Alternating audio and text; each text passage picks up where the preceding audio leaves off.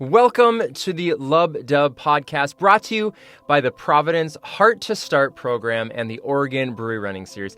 My name is Nathan Freeberg, and I am so excited that you're going to be joining us for this incredibly amazing and a little bit unusual way to be active, have fun, and give back as we start season 9. I can't even do it. Season 9 of the Heart to Start program. For those of you who don't know me, I am the co-founder of the Oregon Brewery Running Series. And since 2016, my partner Drew and I have been hosting untimed, family-friendly 5K fun runs that start and end at great breweries all over Oregon and Southwest Washington.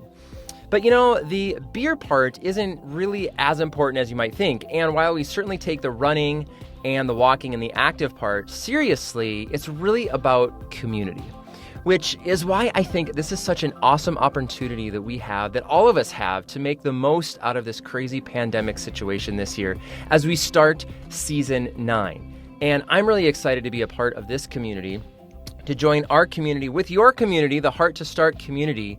And together, we are going to just make the absolute most out of this. So I have a couple of stats here that I want to read to you because I think they're fascinating about you, about the folks that have registered. So first of all, 70% of you are first-time participants. That's pretty amazing. I don't know if that means 70% of you are new to like running or walking or just new to the program. Whatever it is, welcome. We're glad you're here. There are 15 states represented. As I said, Oregon and Washington, but we also have California, Texas, Montana, Alaska, Idaho, Arizona, Utah, Georgia, Missouri, Pennsylvania, I think Massachusetts, Illinois, and North Carolina, if I'm remembering my 5th grade social studies quiz on state abbreviations. We have 2 countries represented, Canada and the United States. And where there's about a 60-40 split between those of you who your goal event will be the 5K versus the 10K. And 40% of you are caregivers. So thank you very much for all of the hard work that you're doing right now. We appreciate you and thank you. And I say this last number for the end here because this is just incredibly impressive. There's over 1,200 of you who have registered, who have signed up to begin this 12-week journey. And together we're going to end 2020 and we're going to begin 2021 as a community that is united in becoming our best, healthiest selves. So tonight we're going to hear from some people. We are going to hear from Dr. Beckerman, who kind of started this whole thing. And we're also going to hear from Heidi Davis with the Providence Community Teaching Kitchen. That is the beneficiary. So the goal event that we're going to be doing in February, 10% of proceeds from that event are going to go to benefit the Providence Community Teaching Kitchen. They're just doing some amazing work, getting people healthy, getting people food. And I'm excited for you to listen to that.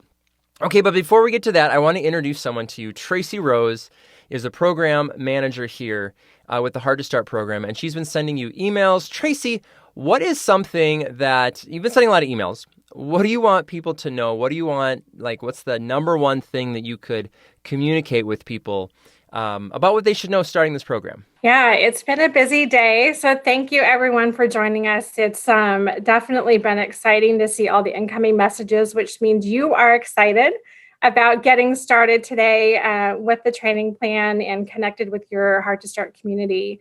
So I think the biggest questions, and we will address some of it later in our Q&A, is just getting connected to what's new this year, and it's the training app. For those that have been with us, it's an amazing program, but it's been an in-person program that we've met together, down at the track once a week and at least once a week in the Portland area. We had 3 in-person workouts in past years. And so we're trying to replace that with all of these other great features that the Oregon Brewery Running Series has brought to us in our partnership. So we sincerely appreciate Nathan and Drew for everything that they brought to the table to help us support our participants this year. So I think that's the biggest question, is just making sure you're connected to the training app so that we can connect with each other in a different way this year. I will say that I want to make sure everyone's getting their emails.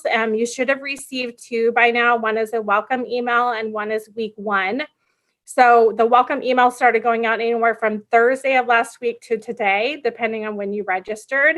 And the week one email went out today. And you will always get a weekly email from me on Mondays. And so I want to make sure you've received those. If you have not, please contact me. It's basecamp@providence.org. And we will put that in the chat box so that everyone has it. But I'm happy to help get you all set up. We want this to be a great season for everyone and all of our new friends across the United States and internationally now, with our new friends from Canada as well, which is super exciting. And we can't wait to get to know everyone and support you along this next 12 weeks. And Tracy, it looks like you're coming to us live from the track tonight. I am. So for those of you who don't know, tell us what's going on there. What's your backdrop represent? This is a picture of our finish line that we have every year here in Portland for our goal event in February. And I love the fact that our photographer, James, captured this beautiful shot in this past February, which is one of the last times we came together as groups. And so I'm just going to use this as my fun fuel for the season and my backdrop for my various video programs, just to help bring it all together. This is where we would high five and hug and celebrate. And we'll find a different way to do that this year. Yeah, and I think we're all getting creative with our different backdrops and places to do meetings. If anyone's curious, this is my COVID closet. I converted this. It's literally a closet just off of our mud room in our house here. I converted it to an office and now to this lovely studio, and I don't know what I would do without it. So next, I would love to introduce Dr. Beckerman to you, kind of a man who perhaps needs no introduction. Let me figure out the right angle so that you can't see the bags under my eyes from wearing an N95 mask all day. Let me see. Is that good? I think you look great. I think I got it. And where are you coming to us from tonight? I just got home a short while ago. So yeah, just a normal day at work, seeing patients in the hospital this week, and happy to be here with all of you guys. This is awesome. We're so appreciative to you for having the technology to figure out how to do this for us. So we're psyched to be here. Thank you. Well, it is my absolute honor, and I am so glad that you are here. So thank you so much. Dr. Beckerman, I don't know if you caught this, but there's over 1,200 people who are registered, who have signed up for this program. Caught that, yeah. I don't know if you're paying attention to those numbers. So, Dr. Beckerman, I know that, you're a doctor, and you're also a professional chainsaw artist, as I understand it. And you're the founder of the program, you're a doctor, and I'm wondering if you can just tell us, who are you? Give us a little bit better introduction to yourself for all of those folks, those 1,200, I guess it'd be 1165 or whatever it is, folks who aren't here tonight that may not know you, who are from one of those 15 states. I'm somebody who loves to experience new things. That sums me up. And so that's part of what I love about being a doctor, in that I get to interact with new and different people all the time and have those amazing just human experiences talking to people that I might not get to meet otherwise. That's why I love doing creative things, whether it's art or music. And more than anything, I love just the idea that you can do something in your life that can have a ripple and affect other people in sometimes really amazing ways. And so, when we started Heart to Start 9 years ago, we had no idea what kind of ripples we might make. Back then, it was just, hey, you're a cardiologist, you like to run. I guess maybe it would be cool to do a running program. And it came from very simple roots. But over the years, and as we've evolved, and especially this year, as we've had to pivot, I think I mentioned at our event last week that kind of when you strip all these things away, you really see what's left. And I think that's true for us as people during this crazy time, but also true for the things that we are a part of and the things we care about. And so I know, there's people literally all over the country, pinch myself, people all over the country and in Canada who are getting to know us and kind of like, why are these people so excited, for this? Aren't you just a couch to 5K program, et cetera? And yeah, I've heard all that before and all that's true. But things aren't just as they seem. And the thing that makes Heart to Start, are the 1,218 people who've registered so far. It's the 50 odd people on this Zoom call, and it's the interactions and experiences, and frankly, just the passion that this team, that Tracy have towards having an impact. And so that's what I hope people are going to see over the course of the next few months. That's good. Thank you. I've had the opportunity to watch the program from afar, and I'm just so excited to see this community up close and personal. I'm wondering, can you share a success story, or perhaps two? Is there a success story, something that comes to mind that's stuck with you over these years? Just all the different people you've seen come through the program, the different years of doing this. Just share something that might be inspirational or motivational for folks right here as we kick things off on day one, that maybe will carry them through, or they'll be reminded of in the tougher days ahead. After 9 years, and I don't know how many thousands of people have participated, but the thing that comes to mind, and I know that some of the people who were there are here on the Zoom tonight. In one of our earliest seasons, we had a new person join us, and she's spoken to this group in different settings. Her name's Judy. I don't know if she's on the call. If she is, maybe she can give a shout in the chat. And Judy was not psyched about the idea of being part of a group exercise program when she started. And she, she wasn't confident about herself as an athlete. See, Katie Reed says Judy is the best in the chat, and Katie Reed's the best too.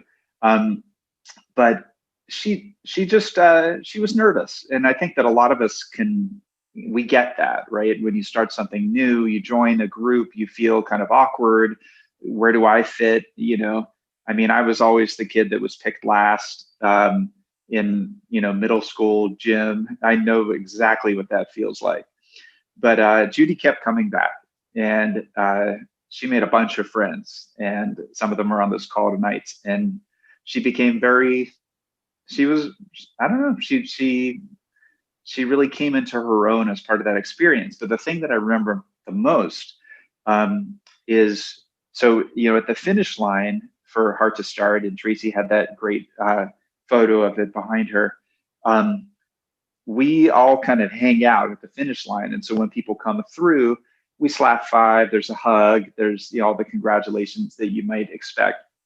But when Judy came, it was like, I forget what the song was that was playing by, the stereo that they were blasting out, but it was some like great dance song, and everyone just started to dance. And Katie was there. Katie started to dance. I think Tracy was there. Tracy started to dance. I think I started dancing, and it was just crazy. And like, probably Katie's going like this right now, like embarrassing, probably, well, the part of me dancing, but it was just so raw and beautiful and authentic. And so, the message for anybody who's joining us tonight, and I see some people as I'm looking at all your screens of people who haven't muted, I'm looking at you who just waved at me, and it just means so much to us that you're part of this. And we really want to create an experience and an environment that's real, that's authentic, that's special, and where everybody feels welcome and is part of something. So, there's a million other stories, and I'm sure at some point I'll tell them all. But yeah, I've loved every minute of it. I love that. It's so inspiring to hear. Well, I was even in Strava today. I was looking at some some of the first people who have posted some of their activity. And this one person was like, I did it, this first run. And I'm just like, good for you. Gave them a thumbs up, commented it. And I was just so proud of that person because I think it takes guts, and it'll be amazing to see what happens, over the course of these 12 weeks as it perhaps gets easier and easier each day and week that we do this together. So another question, why did we name this the Lub Dub? Well, we had to come up with a name, and it had to be incredibly clever. And so Lub Dub is obviously the sound that your heart makes, right? Those are the heart sounds, Lub Dub. And everyone's confidence in me as a cardiologist went down a few points just now. But honestly, no, that's what it sounds like. And so, it's the sound, it's the beat, it's the pace, it's what keeps you going. And so that's what we're going to be it's here. All of it, right? That's exactly right. It's all of it. Is there anything, when you think about this unique opportunity that we have to be training together, the 1,200 or so people, is there anything that sticks out in your mind as, I don't know, maybe you wouldn't have planned for this a year ago, but you're like, wow, this is a great new opportunity, something that we can do differently, that maybe this will be better. Anything that pops into your mind? Yeah, for sure. And, as we have been talking about the season throughout the past 6, 7, 8 months. One thing that Tracy and I talk about a lot is kind of the growth of the program. And we're both kind of entrepreneurial people, and we would love the idea of getting this program out to serve more people. And, over the years, we've had about 8 different locations from Walla Walla, Washington to Medford, Oregon, and a bunch of spots in between. But it's as you know from your experience, it's hard to grow a program. It's hard because you have to find passionate leaders and champions in every location that you do it. And so the thing about this program this year and the way that we've had to pivot, it's actually in some ways the growth opportunity that we've all been looking for. And how do you reach people outside your bubble? Especially during a pandemic when we're not allowed to be closer than 6 feet together. And this is the way, I wish that in addition to everybody's free registration, we could have given them 10 shares of Zoom, but that's how we got to roll. So, the fact that we've been able to have more than 1,200 registrants at this stage of the game, and I know that we're going to have a bunch more as we always do.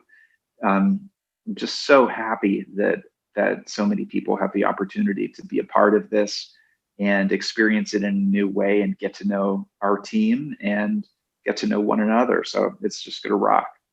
Absolutely. This is the way, right? This is the way. Yeah. I caught your Mandalorian quote there. This is the way. Well, there you go. I think you had one as well. I'm just, we're all wrapped up in something right now. Yeah. Okay. So last question for you, and this is a biggie. What is Heal It Forward? This is something that I think our two programs have really very much in common, but let's speak the same language, but perhaps use just a little bit different vernacular, different term for it. What is Heal It Forward?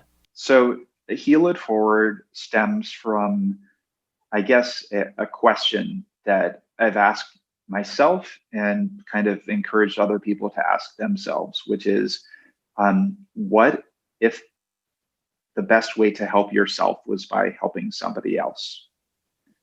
And when you pause and think about that, the idea that, we all want our lives to be as good and as rich and as awesome as they can be.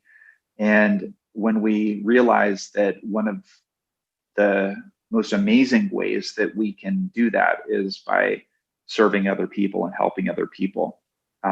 That's, part of why I do what I do for a living. And I'm sure that a lot of you out there are serving other people in your life too. And you know what it does for you. And so in asking that question, I started to do some research into, what are the impacts of being charitable or being a volunteer on your health. And it turns out that there's some very compelling data out there that being part of a community and enriching it helps other people.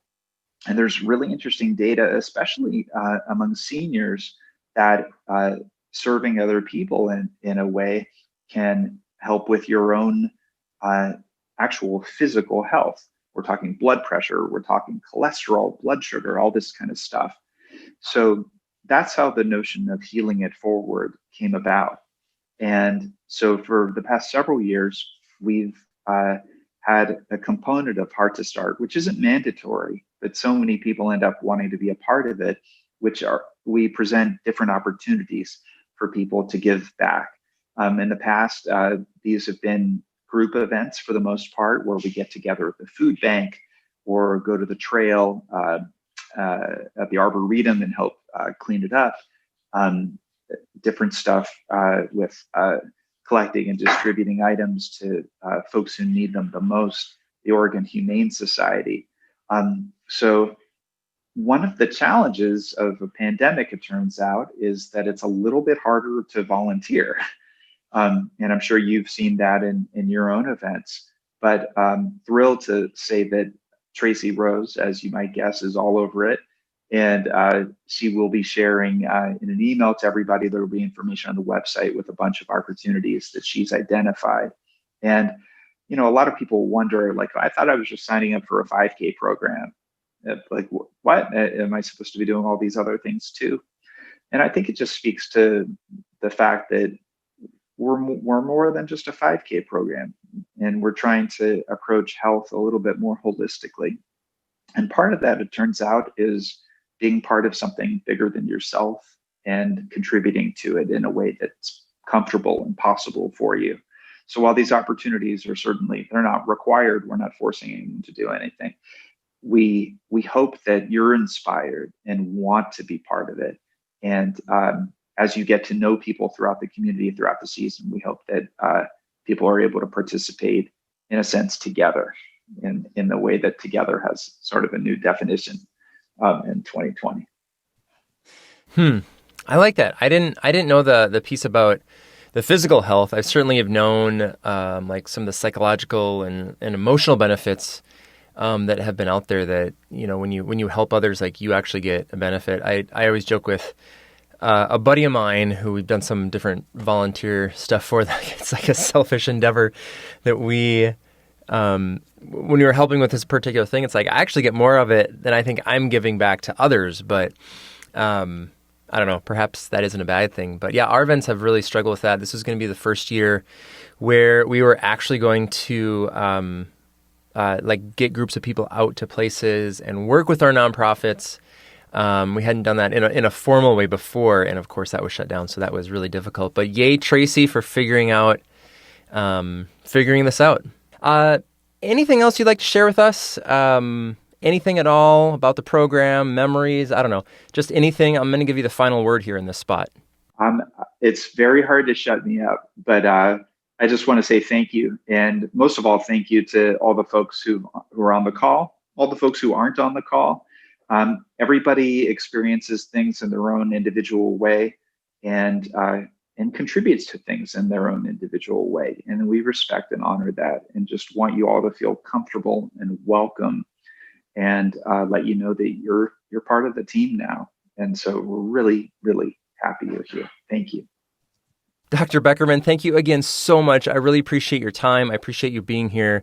I'm excited to one day hang out in person, maybe see some of this chainsaw art. But it'll be good to be connecting in this way. So I'm going to ask Heidi Davis now. We're going to transition and talk to Heidi about the Providence Community Teaching Kitchen. So Heidi, if you can unmute. How are you, everybody? I am good. How is your day going, Heidi? Last time we chatted, one of my kids came in, and I think you were saying that you were glad that you were at your office because your kids couldn't get to you. Are you still at the office tonight? I'm at the office. I figured, this is the most protected space from young kids, and we have great internet from here. And I have an office space where I can close the door and be safe, according to the guidelines currently. So thank you. Glad to be here with you.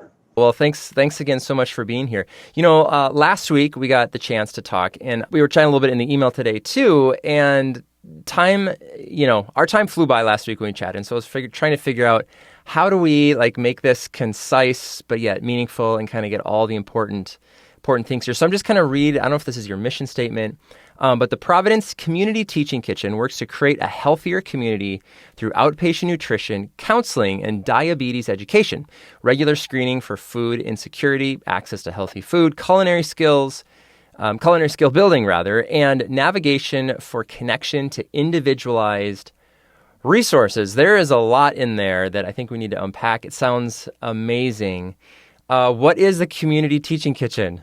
Oh gosh, no pressure. Thanks. Timer starts now. I think that you did a great job describing it. I think what I would say is that this really for us at the Teaching Kitchen is Providence mission in action. So we treat everybody who walks in the door with open arms and with a perspective of individualization where we recognize the inherent dignity that people bring. And we believe they're the expert in their life and that we learn from them and we build a trusting relationship. And this is a place where they can come and meet nutrition education paired with hands-on culinary nutrition, with people who will listen and find out what barriers there might be to reaching health outcomes, and come alongside in the journey and help discover that through healthy food, skills to use the food, and access to healthy food.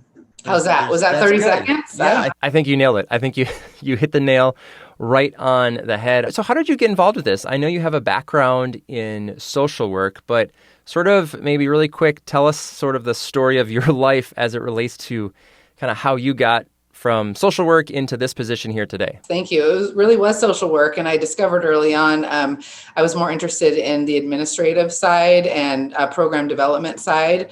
And so I interned in the community health division for Providence as a grad student. And my project back in 2014 was to help implement screening for food insecurity at our PMG clinics. That's the Providence Medical Group clinics.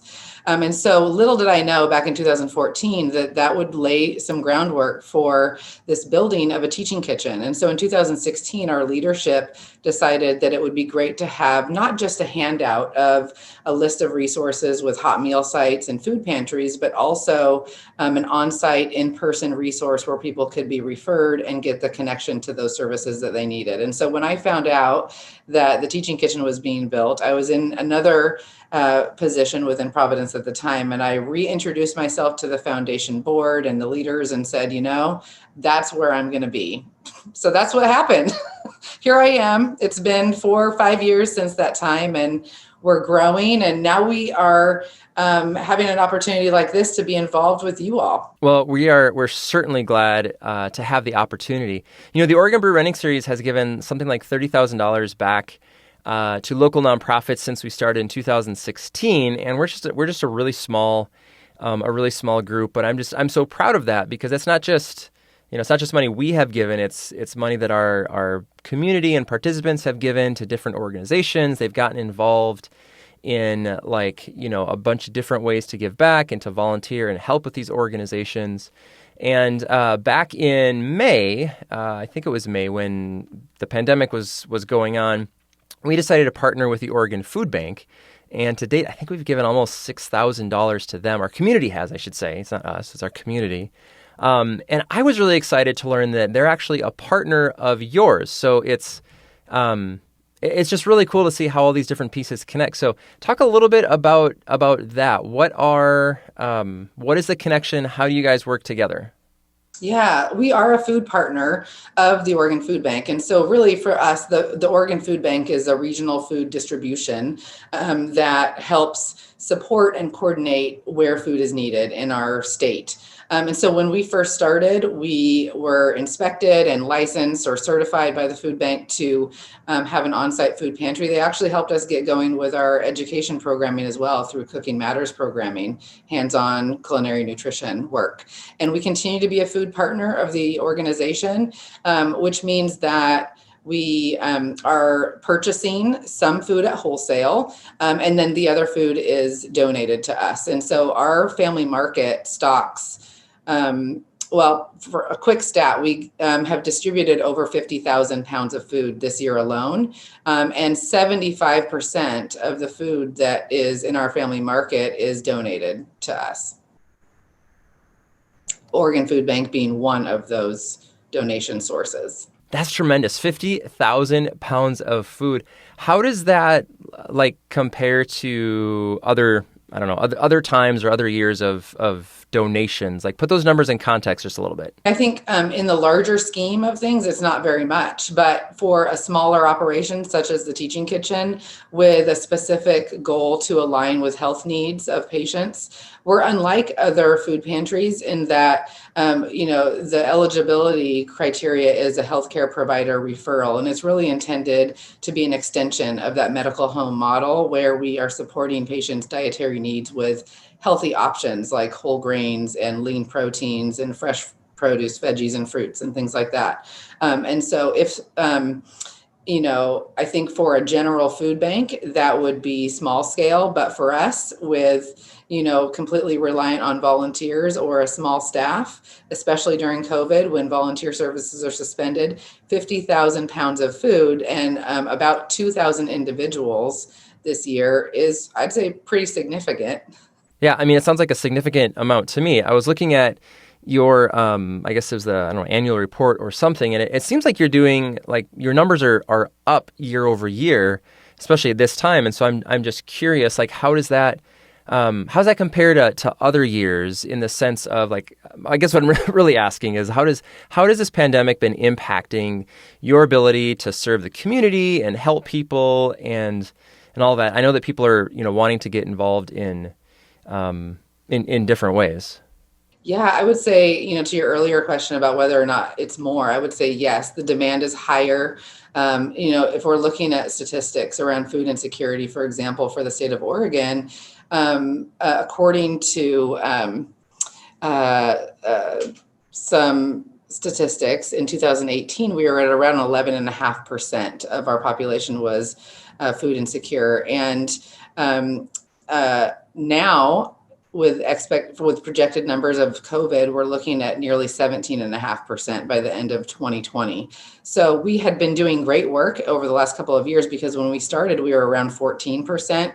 And that is lack of access to healthy food that meets the dietary needs of a healthy and active life. And so when you think about how things have changed, I would say demand has increased. Supplies are not as reliable. And so there were some weeks where, the only produce option from one donation source was beets.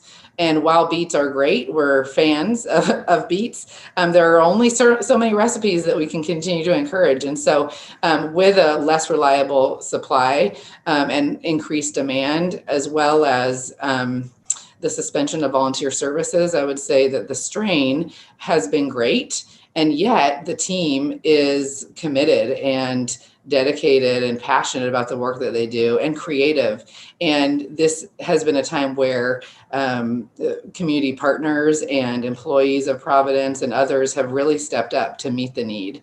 And it's through opportunities like this and groups like yours who are so, I think, in tune with compassion and the belief that healing does come from giving back. Yeah, I really believe that healing comes from giving back. I mean, what I was saying earlier and what Dr. Beckerman was saying about, all of those statistics around the physical health, and I was mentioning with my friend.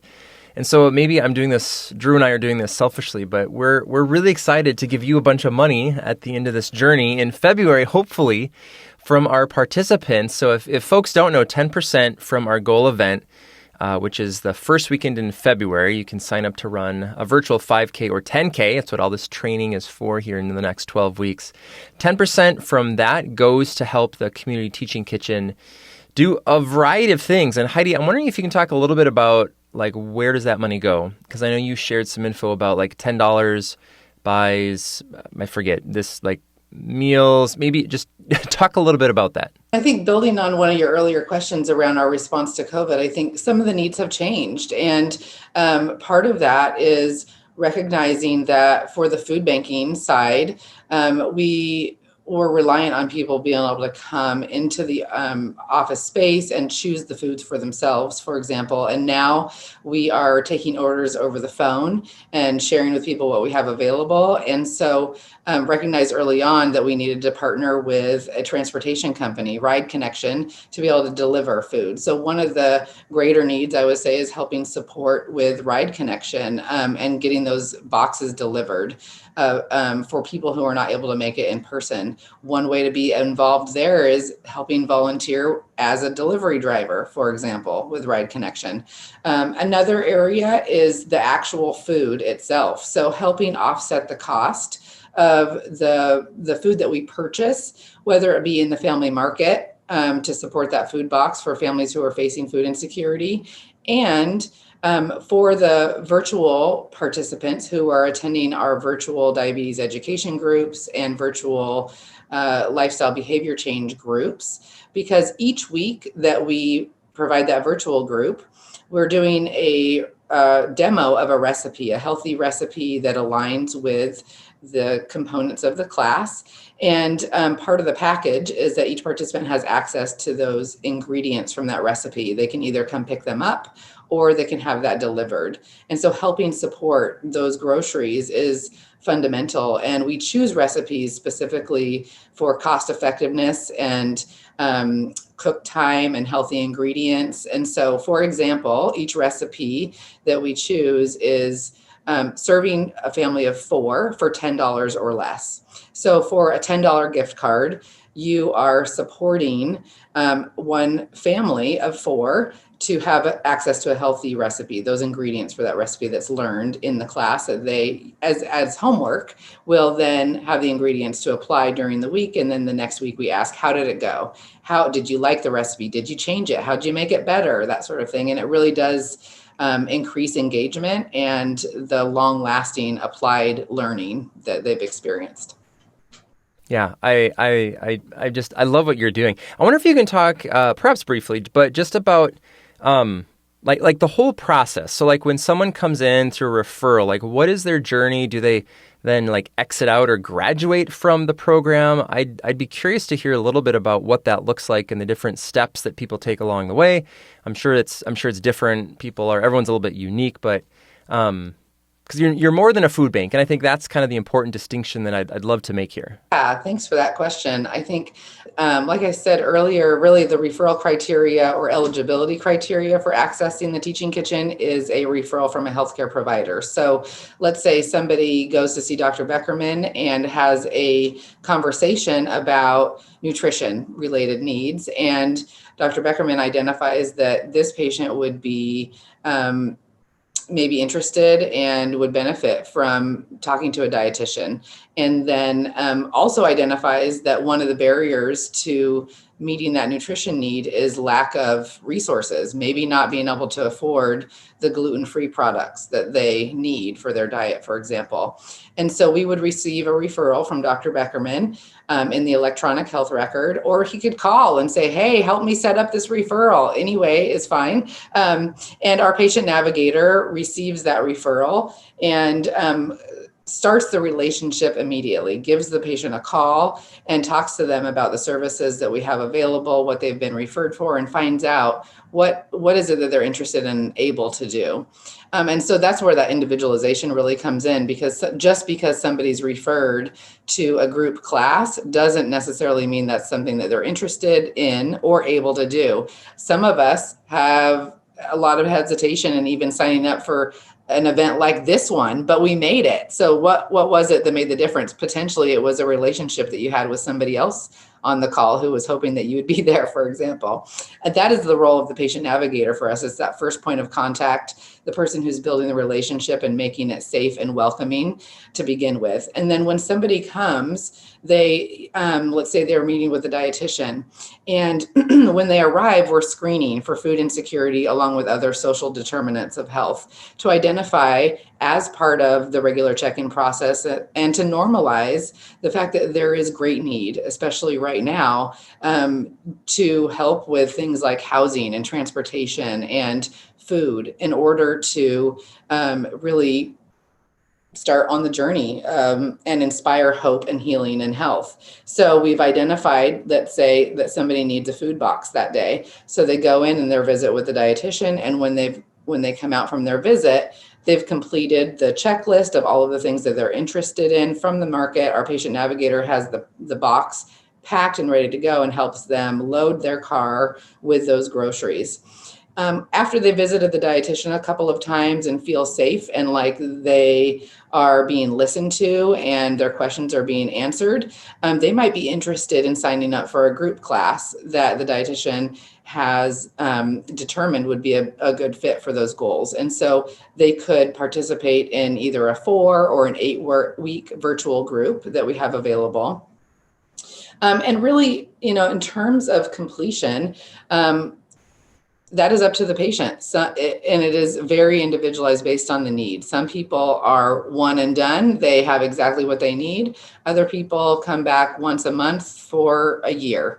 But once you are, entered or registered into the Community Teaching Kitchen, it's kind of like coming into a family and definitely a community. We will not turn you away, and we will listen and find out what your next need is and how we can support you. And I think, again, going back to this frame of healing it forward, one of the components that I feel most proud of and inspired by about the Teaching Kitchen is how many of our volunteers started off as patients with us. And so nearly half of the volunteers, of our 40 volunteers out of the Teaching Kitchen, started off either visiting the family market or seeing the dietitian and wanted to participate and give back in some kind of way. And so pre-COVID, we had people who had been through our diabetes education course and visited the market and seen the dietitian, co-facilitating support groups for diabetes and co-facilitating cooking classes and taking others through the family market and identifying the recipes that would fit with those particular health needs. And so it's certainly a community. Once we've got you in the door, we've got you hooked. That's essentially the philosophy here.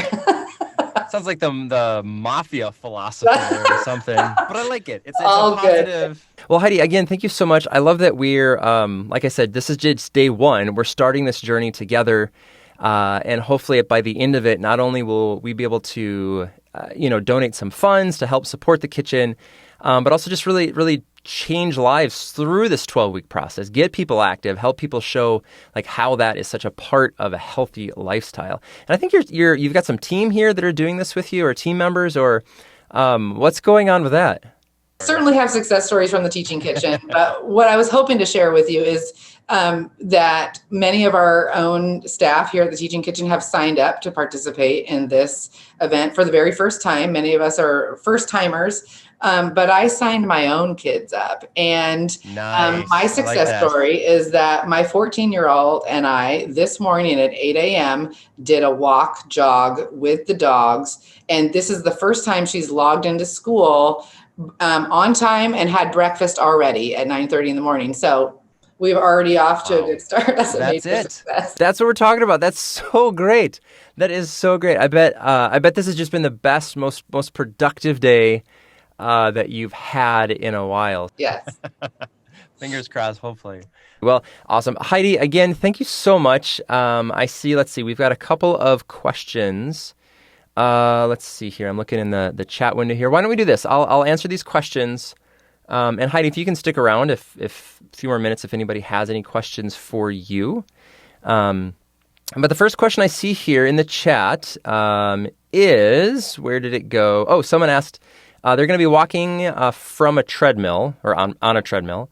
And can I manually add my miles? The answer is yes. So what you do is when you're in Strava, if you go up to like where your profile is in the upper right, I'm not sure how this is showing up on the video, there's a plus sign. When you click on that plus sign, it'll say something like manual entry or manual ads, something like that. And then you can just enter your miles or time or whatever you're doing into there. And then that'll just get synced right with our leaderboard, so you don't even have to worry about it. Let's see here. I'm looking at another question I have. The question here is about goal mileage. So someone said, is this weekly miles. It's the miles for the 12 weeks. So if you're thinking, 5 miles a week, that's what I want to do, then you would enter 60, right? 5 times 12 is 60 miles. For me, I've been running for most of my life.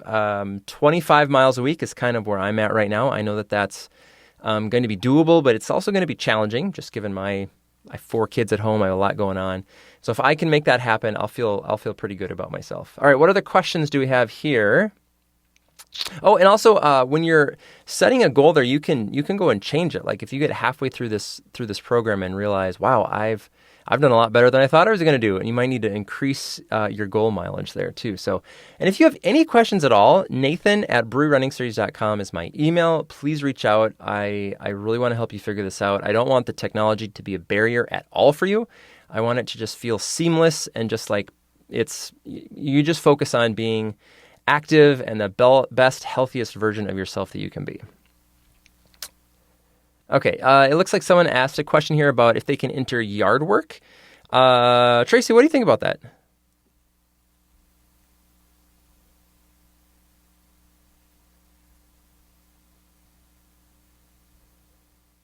I think that's amazing additional work for your heart and mind and soul, but it's a little different in terms of what the interval training is. So know that on Mondays, it's walking. It's really kind of a movement day that's not pushing you as much, but it's keeping you moving for the plan. And then our intervals are really specifically designed to ramp you up gradually and safely so that you're not injured. And so you kind of want to stick to that interval plan.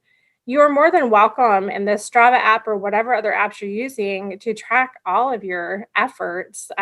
Just knowing that with the training plan that we have designed, it kind of is really more focused on those intervals and then this Monday movement, but it's a little bit more rest for your body while you're still walking. Mm-hmm. Tracy, is there anything you want to leave us with? I think there is something about shoes. A shoe selfie. There's maybe something we want to talk about that. Yeah, I can share a little bit. I do want to touch on a burning question that came through, and I think it was an amazing question, and we want to make sure everyone knows. For privacy, I mean, we all want to get to know each other, and we love sharing, but not everyone's on the same level of comfort, and we want to respect that and have you still stay connected with us as a community. And so in Strava, and we will send you this information and put it on the Facebook page as well and on the portal, you can decide what you want to share. And so you can go into your account, which is the little, setup widget that you see commonly in programs, and decide what you want shared. It does not impact how it feeds into our leaderboard community board in terms of where you're celebrating and seeing people's accomplishments for their goals. But it does protect you if you would like to feel a little more comfortable with what you're sharing, because you'll notice Strava actually GPS tracks you where you go, which is really cool. So you can see your path if that's something you've never had access to before, but it's definitely not a requirement of our program. So just so you know that. So we'll get more information out just so that you know how to do that with maybe one of Nathan's cool tutorials because he's so good at them. My gift. Yeah. If anyone's on there right now, I'm like, oh, I want to do this. Where is it? It's in settings. So click on your picture, settings, and then I think it's privacy, something or other. And the one you want to really pay attention to is, like Tracy said, the map. And so I have mine set to friends only. And so what that means is anyone that you follow and follow back on Strava. So my running buddies, people in my running group, like stuff like that are the only ones who can see that. And you have access to every time someone says, hey, you're cool, I want to follow you. So like I'm looking at Lyle's picture right here. Maybe Lyle follows me or finds me on Strava and is like, hey, I want to follow you. Well, if I didn't know that Lyle was on this call, I'd say, who's Lyle? I'm not going to follow him. But now I'll be like, Lyle, cool. I'm going to follow Lyle. And then Lyle can see where I go. So, Lyle, I don't know you at all. So, but you seem like a nice guy. Just Lyle's amazing. Lyle is awesome. He has joined us for several years. And thank you for letting me pick on you, Lyle. But yeah, any other questions? Tracy, anything else? Sorry. Yeah. Oh, no worries. I mean, I think it's just a great conversation and make sure that we tackle things. I do want to share another element of interaction that we have and touch points for our friends is our weekly photo. So photo of the week, we're calling it.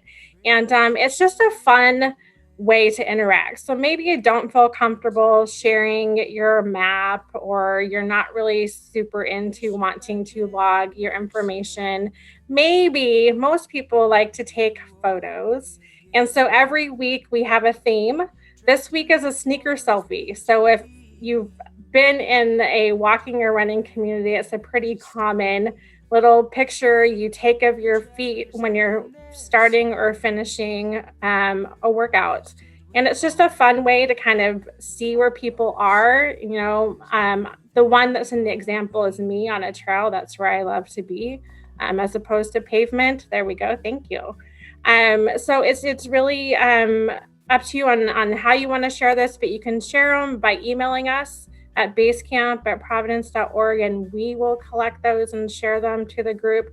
You can post them in our Facebook group, which you should have had a link. It's everywhere. It's on the portal. It's in your emails to be able to connect with our private Facebook group, which is just for this community. It's really meant to connect everyone. And I love the interaction that was already there today. If you haven't been on, I mean, people are posting their workouts. They're already posting, you know, some vulnerabilities, and we want everyone to feel safe and supported in there with that. And so thank you to everyone that's engaged and cheered on your community members in there. I think the only other piece, and if there's anyone on here that hasn't connected to the app, Nathan is going to take a minute here toward the end to be able to walk everyone through that, just to make sure we're capturing everyone being able to get connected correctly. We've really tried to word it differently in the different ways we've shared it out in the last few days, hoping that it connects with you with the technology. And I do want to share next week, which is super cool. Speaking of shoes, Nathan, is our guest expert, amazing Dave Harkin with Portland Running Company, who's been a longtime supporter of our program. They have come out to our group workouts and shared everything about what's proper attire, proper footwear for a walker versus runner, which is so important. You can get injured very easily not having proper footwear, and it's not a plug to have to buy through them, but it's a plug to make sure that you know what you need to be outfitting yourself as you go on this 12-week adventure with us, and hopefully longer. The whole intention is this would be an investment to keep your feet healthy so you can continue this past the 12 weeks. So he'll join us next week, which will be super fun. But I think the main thing right now is getting everyone connected in there so they can log if they'd like to. If there's any other questions, please keep adding them in and we will keep addressing them.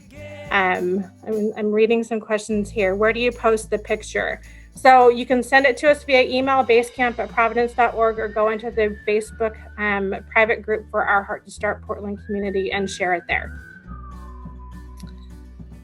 Nathan, I'll keep reading questions, but you're on. I'm on. Okay. And I folks. do want to share this one little thing, which I've just been waiting all day to do. Here it comes. But I just have to, because this is a tradition. No matter where you are with Heart to Start, we do not go a gathering without a cowbell. Or cowbell. I love that. I love that. So, awesome. Tracy, Dr. Beckerman, Heidi, thank you guys so much, and everyone for here. I'm going to ask everyone to unmute. Mrs. Marler does this at the end of every Zoom class in second grade. And so I just want us to say goodbye. So goodbye, everyone. Be active. Have fun. Goodbye. Give back. Goodbye. Bye. Good evening. Hi, everybody. Bye. Ciao. hi, Erin. Bye. We'll see you in the virtual Strava world. Bye, everybody. Vacation time to get back to Oregon, and for the rest of my life I'll be booking vacation time to get back to